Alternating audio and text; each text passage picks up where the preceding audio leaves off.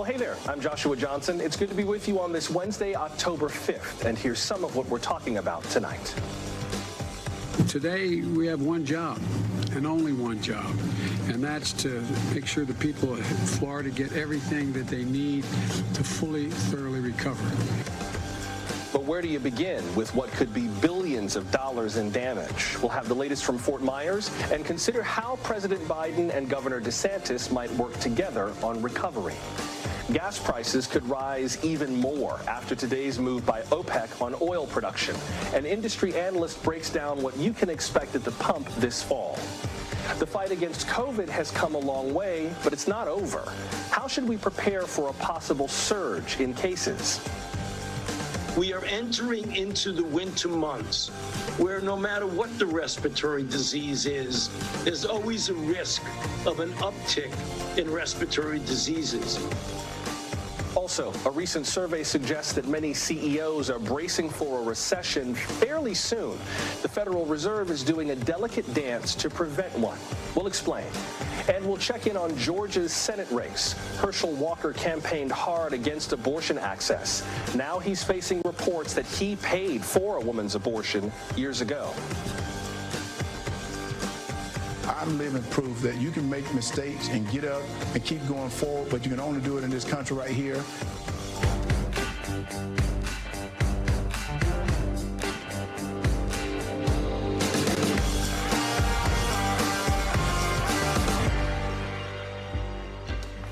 It's been a week since Hurricane Ian hit Florida's Gulf Coast.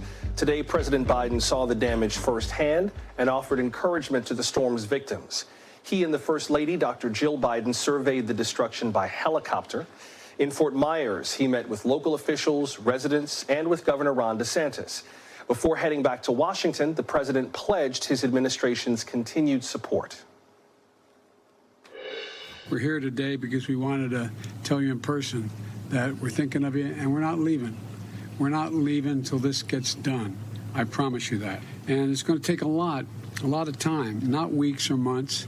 It's going to take years for everything to get squared away in the state of Florida, to fully recover and rebuild. Let's start off tonight with NBC's Shaquille Brewster, who joins us from Fort Myers with the latest. Shaq, before we talk about the president's visit, how are things going there on the ground? Well, you're still hearing, Joshua, that phrase, search and rescue, but unfortunately you're hearing another word more and more often, and that's recovery. 11 more bodies were recovered today, rising and increasing that death toll here in the state of Florida as a result of Hurricane Ian. And, you know, what we still see is that Fort Myers Beach area is still shut off to civilians, and that's so FEMA teams can continue to go through, comb through the mass destruction, house by house, brick by brick, to make sure that there are no other bodies that can be recovered in those areas. So that is still the process that is underway. County officials are saying they hope to have that wrapped up in the next couple of days, but unfortunately we continue to see that death toll rise, and we're hearing fewer and fewer of those dramatic rescues as we're now a week past the storm. Yeah, I'm just looking at the latest report from the Florida Medical Examiners Commission, the new report of those additional 11 fatalities that have been confirmed. Looks like 5 of them were confirmed in Monroe County. That's the Florida Keys, which is not anywhere near where Hurricane Ian came ashore and did the worst of its damage. But I will be interested to hear more about what happened in the Keys as a result of Hurricane Ian. Let's talk more about Governor DeSantis and President Biden's visit. Here's part of what Governor DeSantis said earlier today about the federal help that's been coming in. Watch. We were very fortunate to have good coordination with the White House and with FEMA from the very beginning of this. And that basically set off the massive mobilization that we had ready to be able to respond to this storm. Shaq, how is that federal-state coordination going right now? You know, we talked a little bit about this before earlier in the week, Joshua, when we called that FEMA mobilization historic, and we talked about the 1,300 FEMA members who were on the ground doing those search and rescues, for example, in the Fort Myers Beach area. And that's the coordination that they're talking about. When the governor requested that emergency declaration from the president and the president approved it, part of what happened after that is you had many of those FEMA teams coming in and pre-positioning. I was with a team yesterday that went to to, they were visiting the community for the first time. They were from Fairfax, Virginia area, and that team, they said they were in the Miami area since last Saturday. So that's an idea of what those emergency declarations do. And what you're seeing now in terms of that coordination is what I saw earlier today at a disaster recovery center. It was the first center to open up. President Biden announced that 3 more of them are going to be opening up across the state of Florida. But there you had FEMA and their emergency response units, but you also had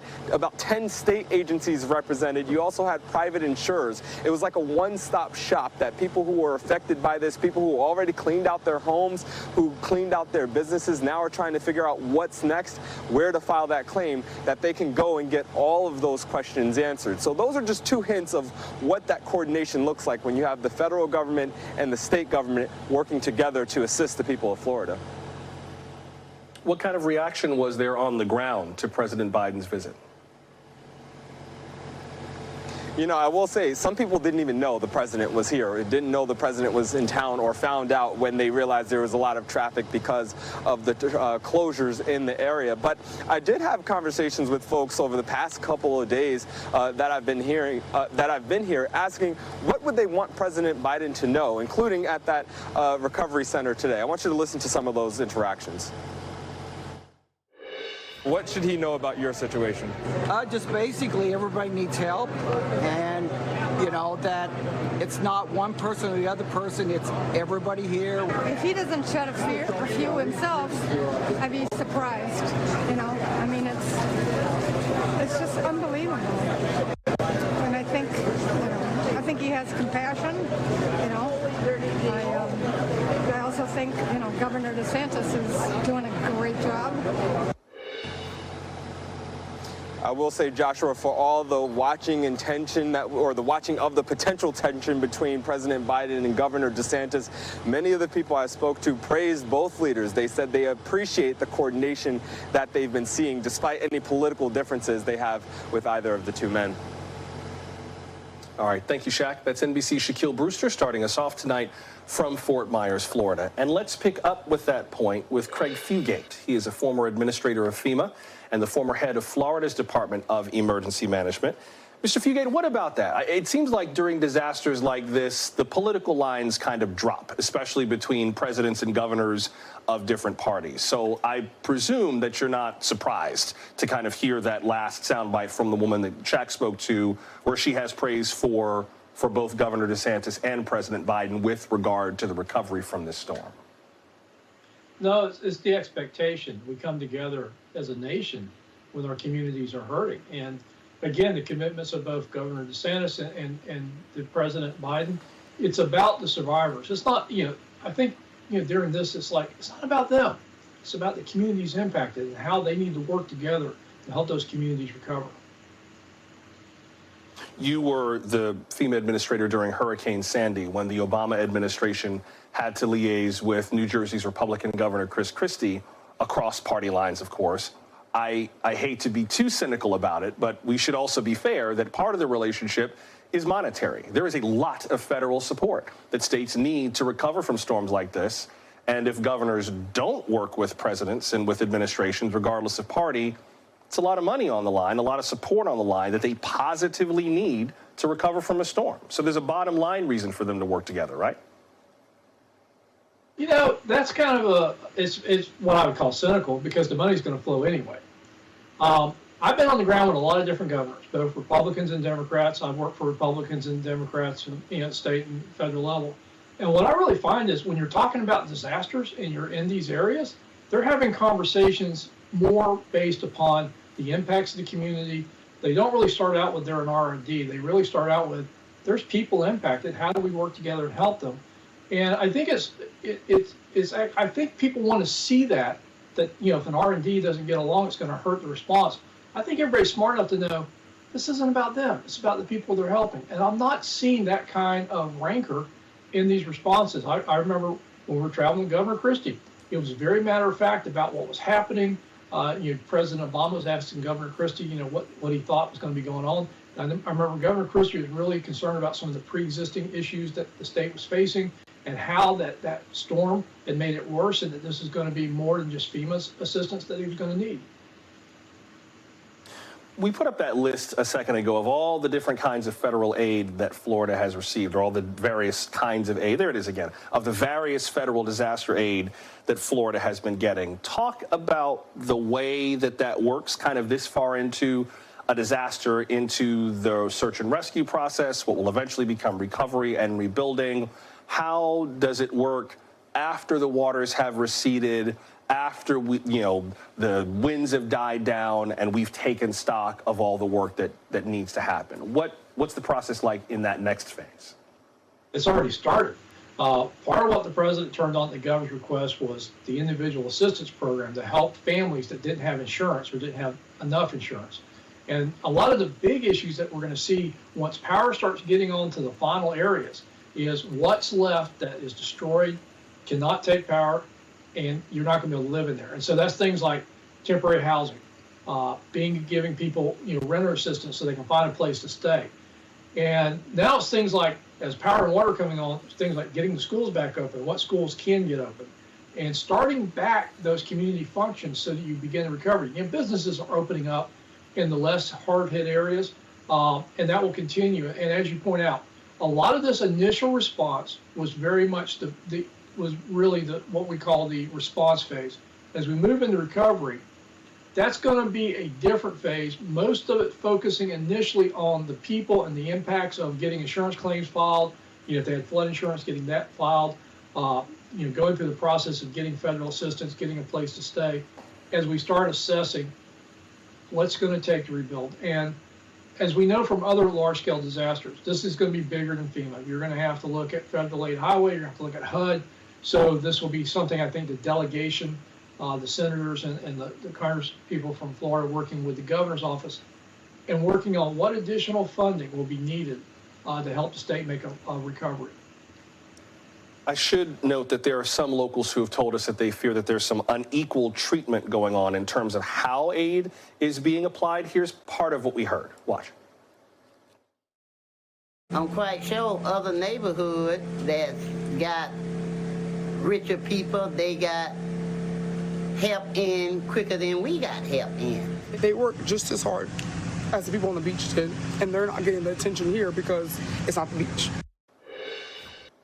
Before I got to let you go, how do you think through the needs of different communities? I mean, you've got wealthier residents in areas like Sanibel Island, which are not only wealthier, but they're also resort areas. So they kind of affect the economy in a different way. Getting people in downtown areas and tourist areas is going to feed the economy, get people back to work quickly. But then the neighborhoods where those workers live, they're farther away from the economic engine in town. How do you balance all that? I think part of it's the perception where the search and rescue teams went with that heavy damage. That happened to be the beaches. But FEMA assistance isn't going to go to the wealthy. Where FEMA assistance goes is based upon need. So people that have insurance, or if it's their secondary home, FEMA's not going to be able to provide or will provide them anything. What FEMA's going to be helping are the people who didn't have insurance or were underinsured, both renters and homeowners. And so when you start looking at where the assistance goes in the individual assistance programs, it doesn't go to the wealthy. They don't even qualify for it. They make too much money, they got insurance. It's going to go to the people that have the least resources and need the most help in their recovery. So a lot of the search and rescue teams may have been out there. That's where the loss of life and the searches were taking place. As things are starting to move toward recovery, FEMA's sending teams out into these communities to help people get registered. But the way the assistance is designed, it's not designed for people that have insurance. It's not designed for the wealthy. It's designed for people who don't have much after a disaster, who didn't have insurance, who need the most financial help to recover. Craig Fugate, appreciate you walking us through this. Thank you very much. Thanks for having me. By the way, I know a lot of people have been watching in Florida, watching our hurricane coverage. If you do need to apply for that FEMA assistance, you can online at disasterassistance.gov. disasterassistance.gov, or call 800-621-3362. Again, that's 800-621-3362. Still to come, gas prices. The world's most powerful oil producers are planning to cut production. How will this move change prices at the pump? We're glad you're with us for Now Tonight from NBC News.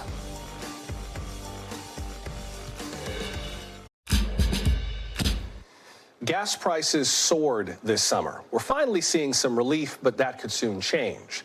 Today, the OPEC alliance announced plans to cut oil production by about 2 million barrels a day. That means, come November, prices could rise even more than expected. Here's a map of the OPEC alliance, or OPEC Plus. It includes 13 of the world's most powerful oil-producing countries. Those are the ones marked in yellow. The 11 nations that are marked in orange are not OPEC members, but allies. As you can see, Russia is among them. Saudi Arabia acts as the organization's de facto leader. Critics are focused on how today's move might hurt energy markets, but OPEC's Secretary General is standing by the decision. We are not endangering the energy markets. We are providing security, stability to the energy markets. At a price. Everything has a price. Energy security has a price as well. The Biden administration says the president is disappointed by what it called a short-sighted decision. Joining us now is Dan Dicker. He's the founder of The Energy Word and author of the book Turning Oil Green. Mr. Dicker, good to see you again. Welcome back. Oh, thanks, Josh. Nice to be back.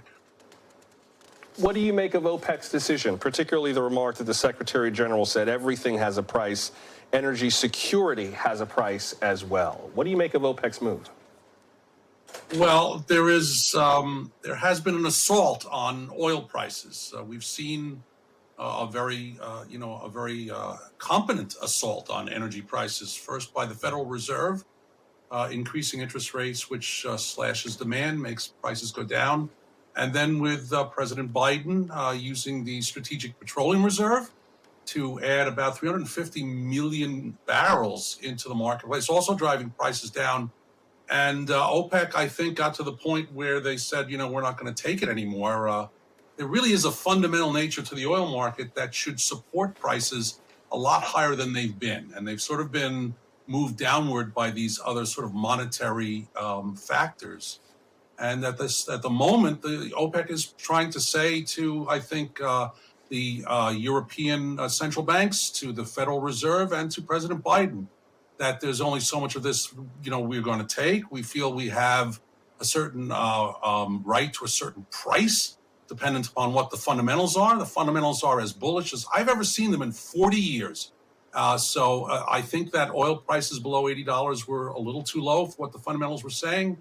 And this is OPEC trying to take back the market from what has been being controlled, at least for the short term, by the Federal Reserve and President Biden and the Europeans.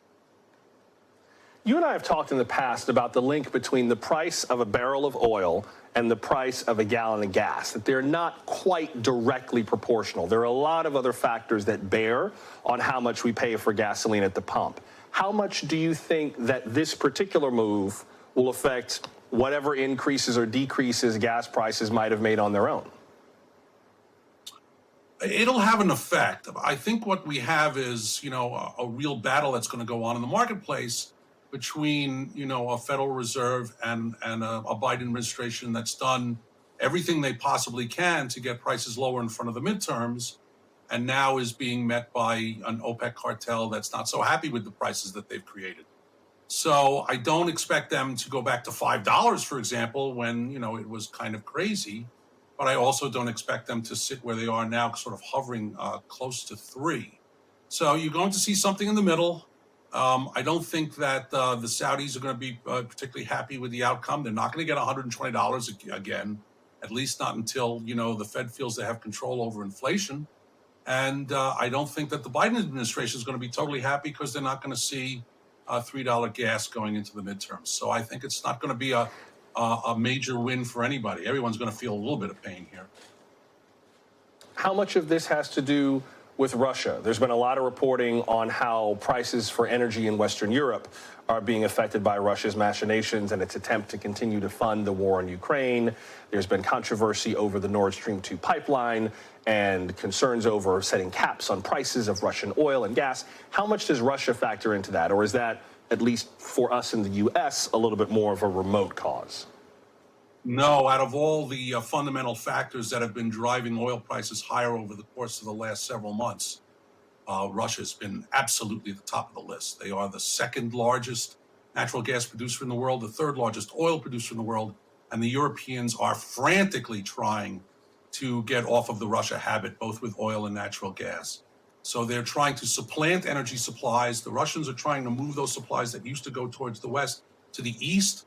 There's a lot of barrels that are going missing, and there's a huge, huge shortage globally in the oil markets going on, and it's all because of Russia, or most of it is because of Russia. Dan Dicker, founder of The Energy Word. Appreciate you talking this through with us. Thank you very much. You're welcome, Josh. We'll get to some of today's other top stories in just a moment, including, speaking of Russia, its annexation claims as Ukraine makes strong advances on the battlefield. What you need to know about COVID booster shots before winter comes, and an update on Alec Baldwin and that fatal shooting on the set of his latest movie.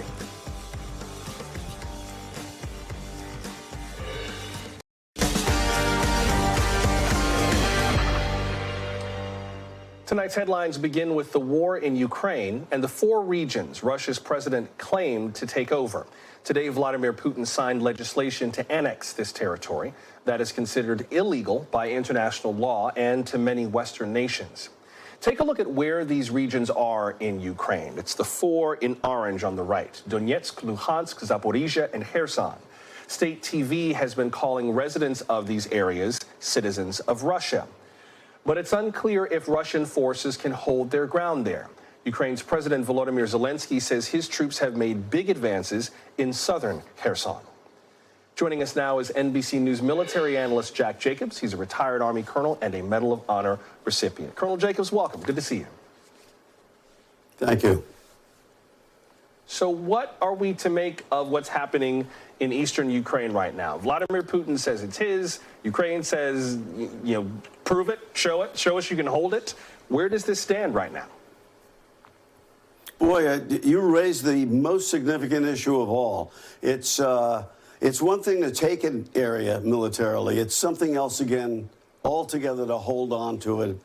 And holding on to it is what it's all about. It usually takes a ratio of 3 attackers to 1 defender to take an area, which is tough enough. But then you have to reinforce the area which you've already taken, because you know that there's going to be a counterattack, and there always is, particularly when Ukraine's involved and they want to get their territory back. The Russians have lost a significant percentage of their forces on the ground, a significant percentage of their leadership as well.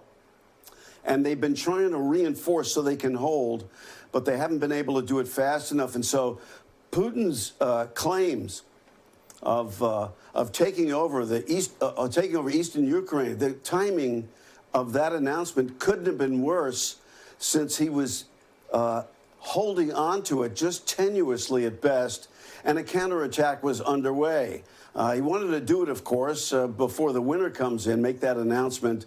Thought that would be an opportunity to demonstrate that the Russians actually hold it, but they're probably not going to be able to hold all of it. The Ukrainians are counterattacking right now and will continue to make inroads before the winter really sets in, Josh.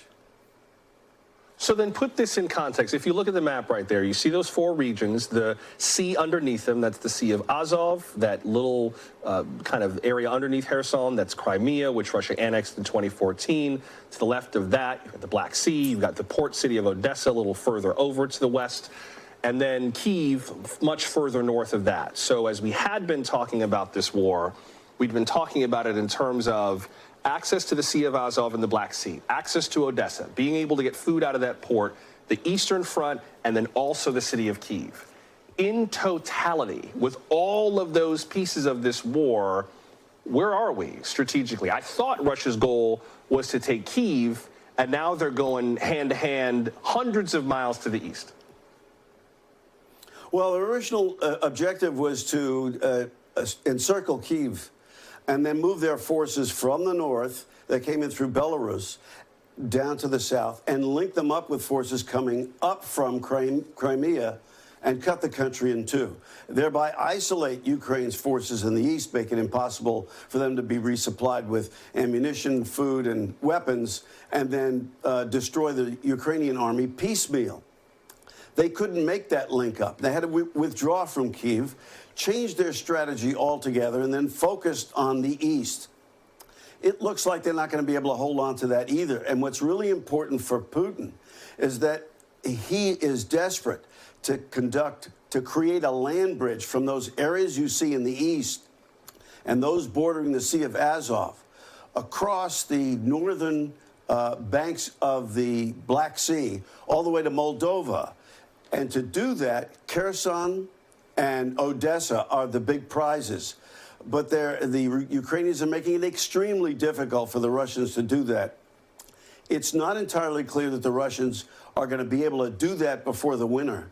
And then when the spring comes and everything turns to mud, it might be even more difficult, and the Ukrainians will have an easier time to counterattack, Josh. Last few seconds before I got to let you go, these concerns about Vladimir Putin and these nuclear overtures that he's made, does that sound like a threat or more like a tantrum? A little bit of both. He knows that the West is terribly scared of the use of nuclear weapons. He does have them, tactical nuclear weapons. He is less likely to use tactical nuclear weapons than he is to use chemical weapons, which Russia has used before. We saw that in Syria, and unfortunately, we're liable to see it again in sieges of Ukrainian positions as the Russians try to take back area they've lost. NBC News military analyst Jack Jacobs. Colonel, appreciate your time tonight. Thank you very much. You bet. The fight against COVID has come a long way, but the CDC says the U.S. is averaging just over 300 COVID deaths every day. Now officials are trying to get Americans to keep our guards up in case of a surge. Yesterday, Dr. Anthony Fauci warned that a new COVID variant could very well be on the way. Right now, it looks like we're going in the right direction. However, we are entering into the winter months where no matter what the respiratory disease is, there's always a risk of an uptick in respiratory diseases. Fortunately, we have a number of tools to fight the virus. Those include vaccines tailored to today's dominant variants. But according to a recent survey from the Kaiser Family Foundation, awareness of these new boosters is very mixed. Half of American adults say they've heard a lot or some about them. Half say they've heard little or nothing. Meanwhile, consider a new analysis published today by the Commonwealth Fund. That's a public policy research think tank. Its report suggests that a COVID booster campaign this fall could save tens of thousands of lives. Joining us now is Catherine Wu. She's a staff writer at The Atlantic covering science. Her latest article is called Warning Signs About the First Post-Pandemic Winter. Ms. Wu, welcome. Good to have you with us. Thanks so much for having me. So talk about this post-pandemic winter. What are experts expecting COVID to do in the next few months? Yeah, I think first to start off here, post-pandemic is kind of a relative term. I think certainly if you look at the behaviors in this country, it's arguable that a lot of people are going to go into this winter treating it as if it is post-pandemic. That is possibly exactly what is going to make this winter really difficult. People are letting their guards down. They're not tuning into news about this new and very important booster. And we have basically let go of a lot of the mitigation measures that have kept things better than I suppose they could have been these past couple years. That is the big concern, because certainly a lot of the threats that have made the past few years difficult are still very much here. There are variants brewing abroad. Hospitalizations and cases are already rising in Europe, which is a bellwether for us. And certainly let's not forget what Dr. Fauci just said in that clip, that there are other respiratory viruses out there. The Southern Hemisphere just closed its flu season, and things were quite rough in certain places like Australia, where flu hit early and very hard. The hardest it's actually hit since at least 2017, which was one of the worst flu seasons that the world has seen in recent times. This is definitely not the time to let our guards down, because there is no guarantee that we're just going to have a normal pre-pandemic winter. Far from it. So we've got all these additional challenges, including the confluence of COVID and flu this winter, things that we can mitigate, including with a vaccine. That Kaiser Family Foundation survey in terms of awareness of COVID boosters, of the latest COVID booster, there may be people watching now who kind of know about it, maybe don't really know about it. What's the most important thing people should know about these new boosters and what it means for them? I think the most important thing is if you are eligible, now is the time to go get it. And in terms of eligibility, that is actually most Americans. It's anyone who has gotten their primary series of shots. So if you've gotten 2 shots of Moderna or Pfizer or 1 shot of J&J, and you're at least a couple months out from that, that is hundreds of millions of Americans, you are eligible for this new booster. It is a new formulation, the first time that the vaccine has been updated since it was rolled out at the end of 2020. And that's a big advance. As you mentioned, this is actually in line with the main strains that are circulating now. We don't know how long that will hold, but if we're expecting cases to rise this winter, as many experts are, now is the time to shore up protection as the virus is sort of building up its offense. What is your sense of how well local health officials are able to reach the people who need to be reached, vaccinate and boost the people who need to be boosted and vaccinated? Healthcare workers are facing all kinds of challenges, including, I think, frankly, the societal conversation around vaccines, masks, distancing. I know plenty of people who work in workplaces where it's become a very big dividing line, where people have gotten nasty about their willingness to wear a mask, their willingness to get vaccinated, their willingness to get boosted. And it's just become an additional prickly thing that we have to deal with in this kind of COVID world. How well are we able to even deal with this? This is definitely a big concern right now. You know, there are multiple challenges that I think healthcare and public health workers are dealing with right now. One is just a lot of weariness. A lot of people, the last thing they want to hear is anything related to COVID. That includes masks, a very reminder of the pandemic. Nobody wants to hear about getting another shot, let alone 2 shots. You know, a COVID booster and a fall flu shot, that's a lot. Though please keep in mind that you can get both at the same appointment, in the same arm if you want to, though some experts say you should split them across 2 arms. This is really the time to start preparing, but it is challenging. I think a lot of people are also exhausted from doing this work for the past 2.5 years. There's a lot of healthcare workers that have burned out. Some have left the profession entirely, not just because they're exhausted, but because they've had verbal, even physical attacks levied at them.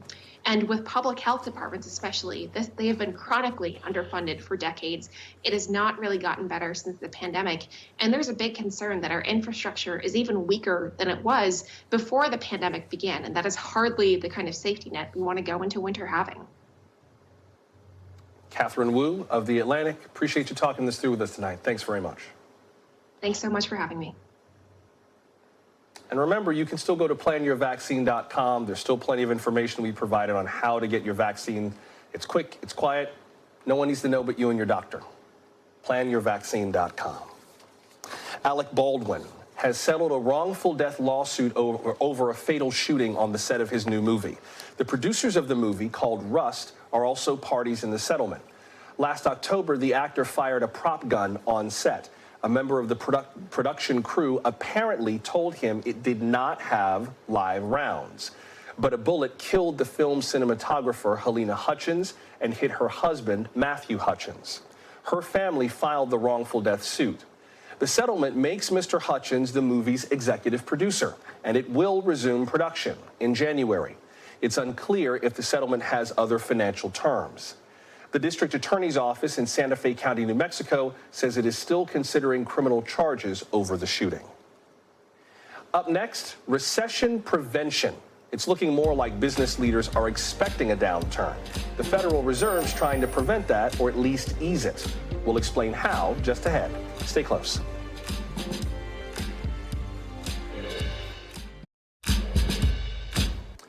Is the United States headed for a recession?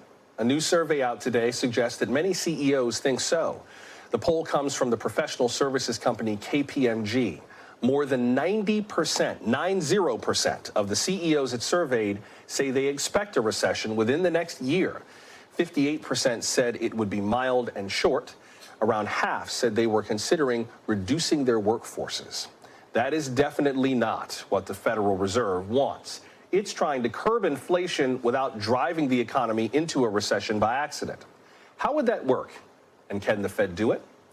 Let's get into that with Caleb Silver, the editor-in-chief of Investopedia. Mr. Silver, welcome back. Good to see you again. Good to be with you, as always. All right, I'm going to ask a lot of dumb Econ 101 questions. Bring them on. You ready? The Federal Reserve, it is a central bank. What is it? What is a central bank, and what does it do with my money? Yeah, the Federal Reserve is our central bank here in the United States. It is the central bank that essentially conducts monetary policy to ensure price stability and maximum employment. That means controlling inflation and making sure there's an ample supply of workers in the workforce. It also supports the stability of the financial system. There's about a dozen or so central banks or federal banks around the country. The central bank that we're always referring to is the Federal Reserve. So it's responsible for all of those. And it also fosters settlement and payments within banks. So it's the chief regulator of the banks, but it's also setting monetary policy so that the economy continues to grow and there's maximum employment and we don't have runaway inflation. Not doing a great job across all of those categories so far, Joshua. We'll get to that in just 1 second. But in terms of inflation and recession, again, Econ 101, for people who may not know, talk about the link between those two. Some inflation is normal. It's kind of expected in an economy. Recession, inflation, explain the link. Yeah, so inflation, that is when prices rise, a lot of demand chasing prices and prices rise. The Federal Reserve likes a little inflation, around 2+%. That's what it considers healthy inflation. You need pricing power. Companies need to be able to raise their prices, but it doesn't want it to run out of control. Guess what? It ran out of control over the past year. A lot of folks said the Fed should have saw this coming, but what does it do to control out of control inflation? It raises interest rates. What does that do? It makes borrowing more expensive. We think twice about buying a house. We think twice about buying a car. Companies have to service the debt, the money that they owe, but they also are using that money instead of hiring more workers, instead of making acquisitions, instead of growing their businesses. Rising interest rates makes everybody pull back and tighten the wallet. So this is kind of a downstream effect that the Federal Reserve has, right? It's not actually like raising the interest rate specifically on like my credit card or my mortgage. It's raising an interest rate that's high up on like the business industrial level, and then the impact of that kind of works its way down economically to John Q. consumer. Is that great question? It's called the federal funds rate. When we say the Fed raises rates, what are we saying? We're saying the Fed raised the federal funds rate. That's the rate that banks borrow from each other with, and the Fed sets that. That then sets the prime rate. And what does a prime rate set? Everything we borrow against: car payments, mortgage payments, credit card payments, in some cases student loans. So it's that federal funds rate affecting the prime rate that affects the consumer rates that affect Joshua's credit. So the banks tell other banks, you have to pay more for this, and then businesses say, I don't want to pay more for that. Josh, you got to pay more for it. And I'm like, I ain't paying more for that. I just ain't going to buy it. And so over time, it affects the way that people like me spend money on everything. Absolutely. And look at the housing market. If you need an example of that, housing sales have slowed for 7 straight months. Why? Because the 30-year fixed mortgage rate went from about 3% in 2021 to about 6.8% I saw today. That is a 100% increase. Guess what? Housing market is cooled. New car loans, those have cooled as well. Credit card APRs, those have gone up to about 18.5%. So everywhere we're borrowing money, it's costing more to borrow money. And what do we do when that happens? We borrow less, we spend less. Barry Sternlicht, who's the CEO and chairman of Starwood Capital Group, was on CNBC not too long ago. And here's part of what he said about these interest rate hikes. Watch. They're going to cause unbelievable calamities if they keep up their action, not just here, all over the whole globe. I think the Fed governors are really not paying attention to the real economy.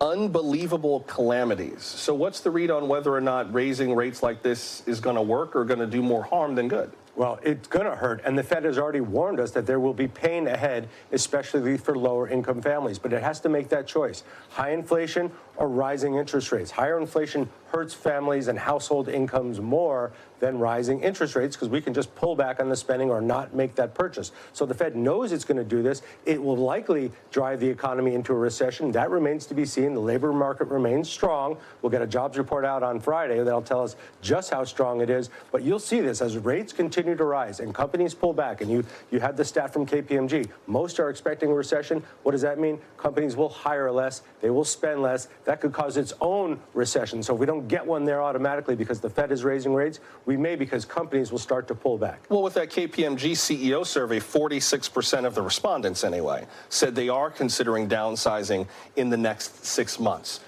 But part of me also wonders about everything else in this. Like, the Fed doesn't operate in a vacuum, right?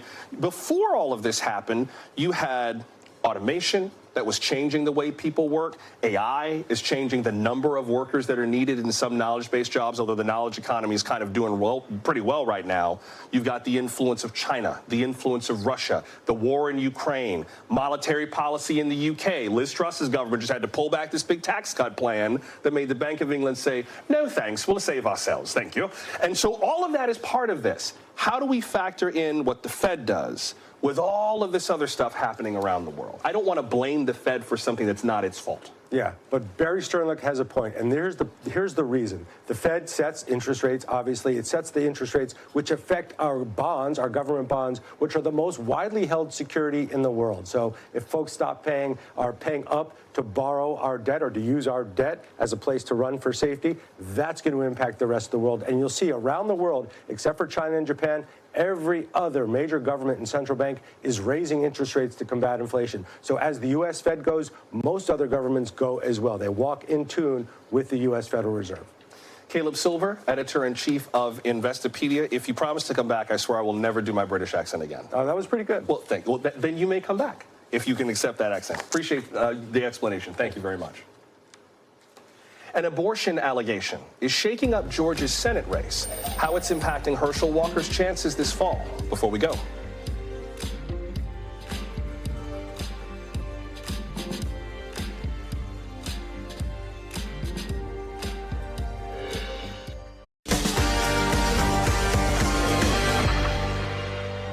Do you know the woman that is making this allegation?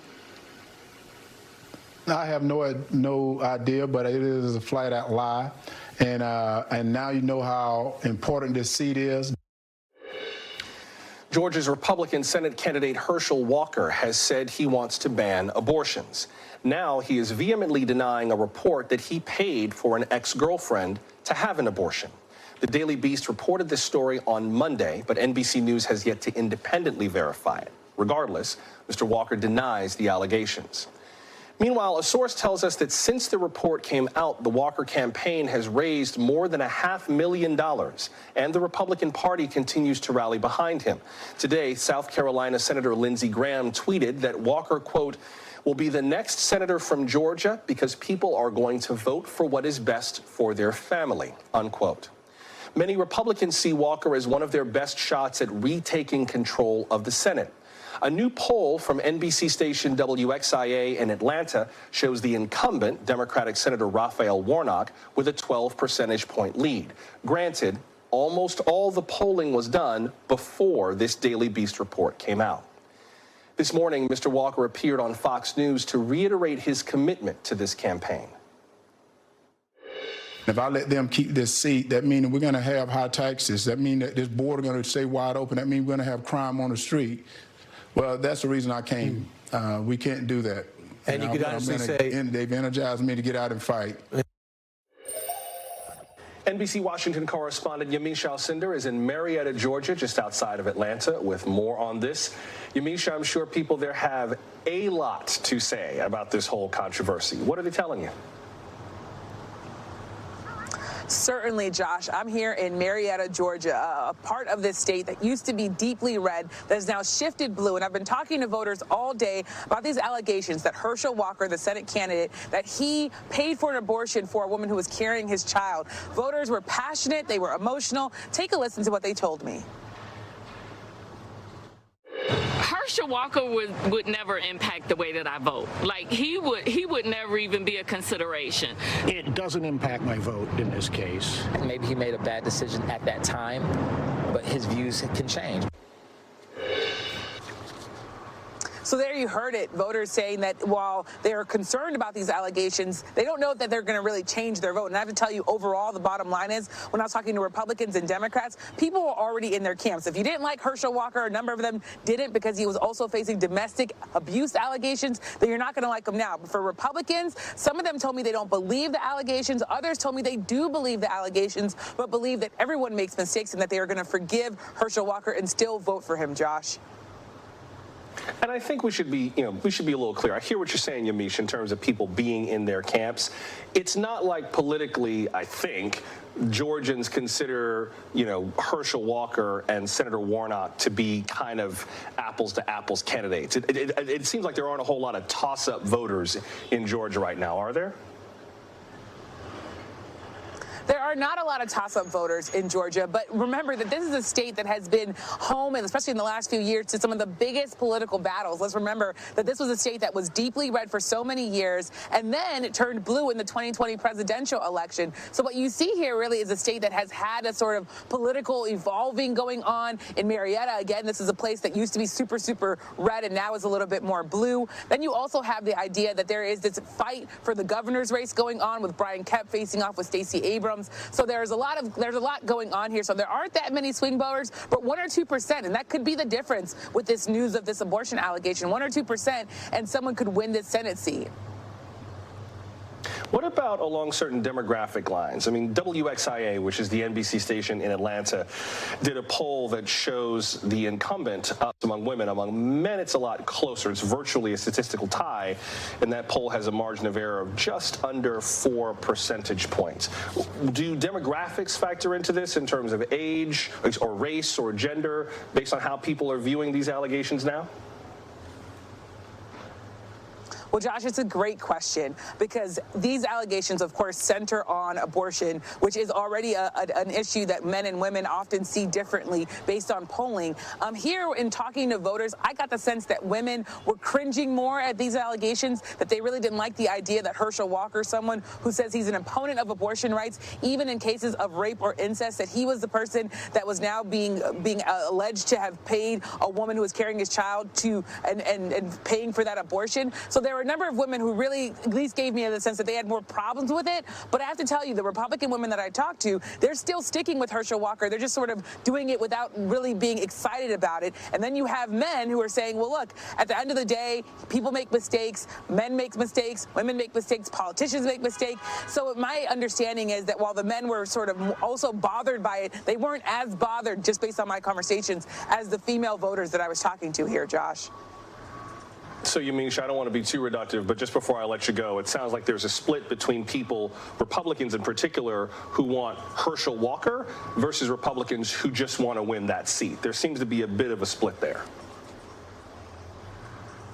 There is a little bit of a split there. There's this sense that people don't like Herschel Walker, much like some people didn't like former President Trump. But then there's this sort of sense that, okay, he might be the means to an end. One voter told me they're picking the lesser of two evils. So in their sense, that you might be voting for Herschel Walker thinking he's the lesser of two evils. Some people, of course, are voting for Raphael Warnock, not liking maybe some of the policies there, but also voting for him because they just certainly cannot bring themselves to vote for Herschel Walker because they don't think he has the character to serve in the U.S. Senate. So really it is a lot about party and personality here, but a lot about party, Josh.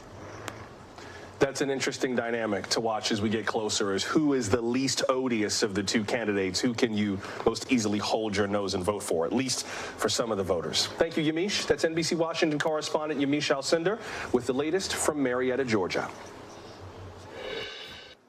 Hey, before we go, an update from space. A SpaceX crew is now in orbit en route to the International Space Station. 3, 2, 1, ignition, engines full power, and liftoff. Go Crew 5. Stage 1 Alpha. It's part of SpaceX's Crew 5 mission. 2 of the crew members are NASA astronauts, Mission Commander Nicole Mann and pilot Josh Cassada. Commander Mann is NASA's first indigenous woman in space. Japanese astronaut Koichi Wakata and Russian cosmonaut Anna Kikuna are serving as mission specialists. They'll all spend 6 months at the International Space Station conducting more than 200 experiments. The research focuses on how human organs behave in space, as well as on heart disease. The Dragon Endurance spacecraft is set to dock at the station tomorrow evening. Hey, thank you for making time for us. You can send us your thoughts and questions on SpaceX or on any of the earthly topics we discussed tonight.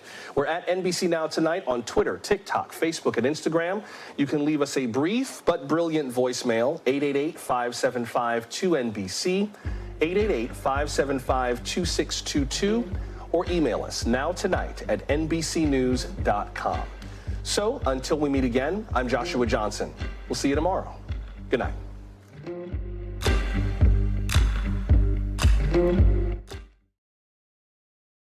Thanks for watching our YouTube channel. Follow today's top stories and breaking news by downloading the NBC News app.